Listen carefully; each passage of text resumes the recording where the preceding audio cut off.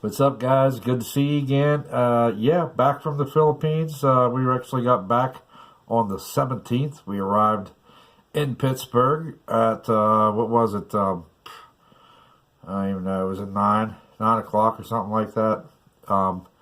It was a good flight back. Now, the flight going over was a whole different thing now, okay? I picked up a virus here.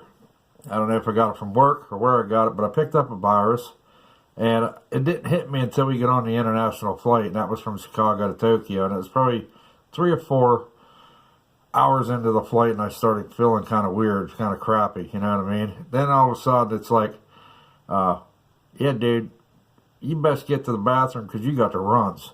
Now I got the runs. Now, most of you that have traveled abroad know that when you're on an international flight, most of those flights are loaded with people. And most of those people all got to use the shitter at the same time. And there's always that one individual that's got to use it right now. And that was me. I had to go. It was like that for the rest of the flight. It was probably one of the most miserable flights I'd ever had. Yeah, go ahead, laugh. Laugh. It will. That's all right. That's all right. You can laugh all you want. How can you pinch a cheek when you got the runs? I don't really think you can. It wasn't going very well.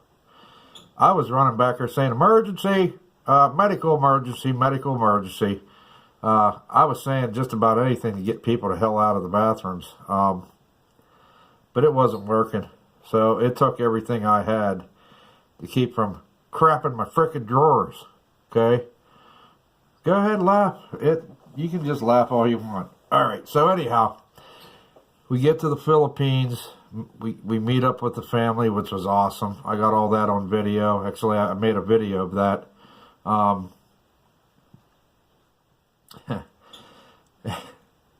So, I don't know, I guess it kind of felt the same. It was now the day after.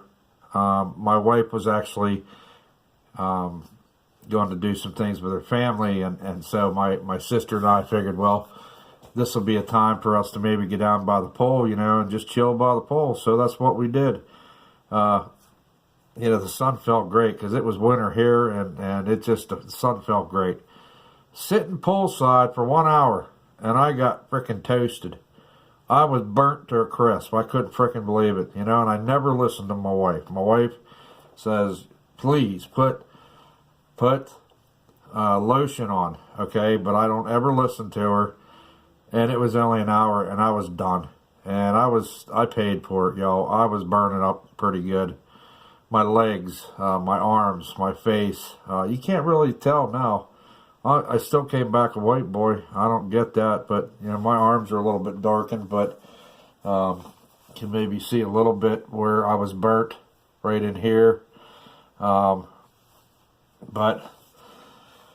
so now I'm burning up. I got the frickin' runs, and now the head cold is kicking in. All right, so it got to the point with the head cold to where my throat was hurting so bad that I couldn't swallow. I mean, it hurt that bad. And that was just within a couple of days. And finally, my wife says, listen, we got to go to the doctor. You got to go see a doctor with us. So we go see this doctor, and he prescribes me an antibiotic and I can't even pronounce it. Whatever. It doesn't matter because I had an allergic reaction to these meds. So now I'm burning up. Okay, I'm burning up.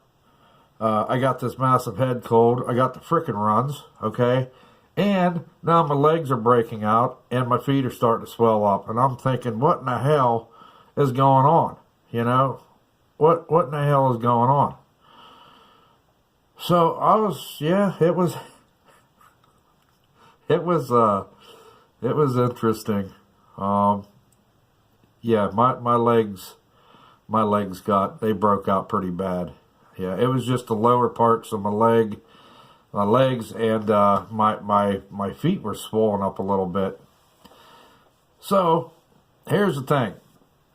the antibiotics that he gave me, I had only taken for 2 days, and it actually knocked the head cold right out of me that quick.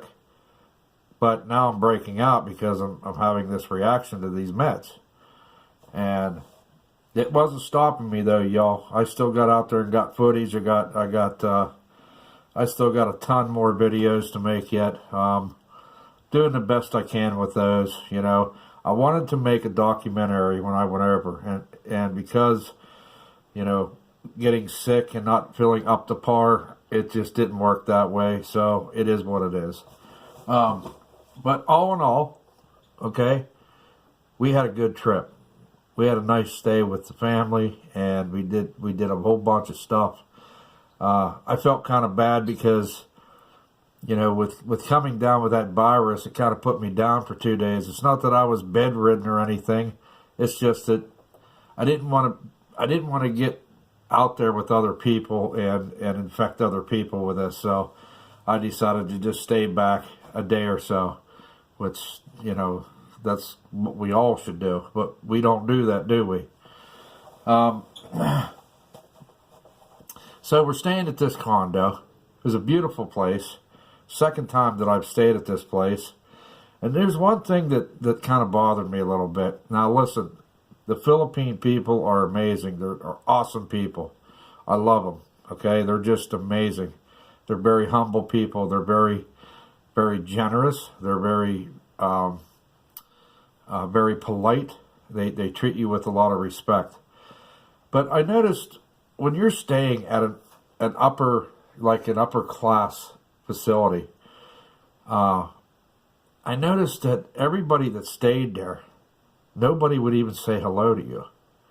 And I'm like, wow, that just kind of blew my mind.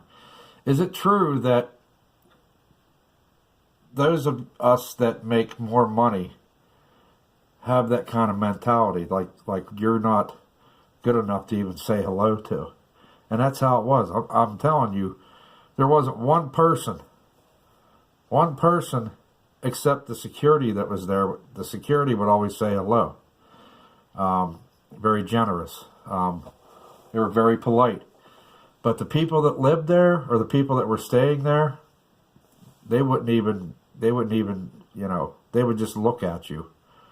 That just kind of blew me out of the water a little bit, which says a lot. You know, and here's the other thing, y'all. I noticed in this country, I know I'm going a whole different route here, but I have to. It's just, hey, it comes and I talk about it. Here in this country, it's the same thing. You have people that come over here from these other countries, and they have stayed here for many, many, many years. They're living here. They become, you know, U.S. residents.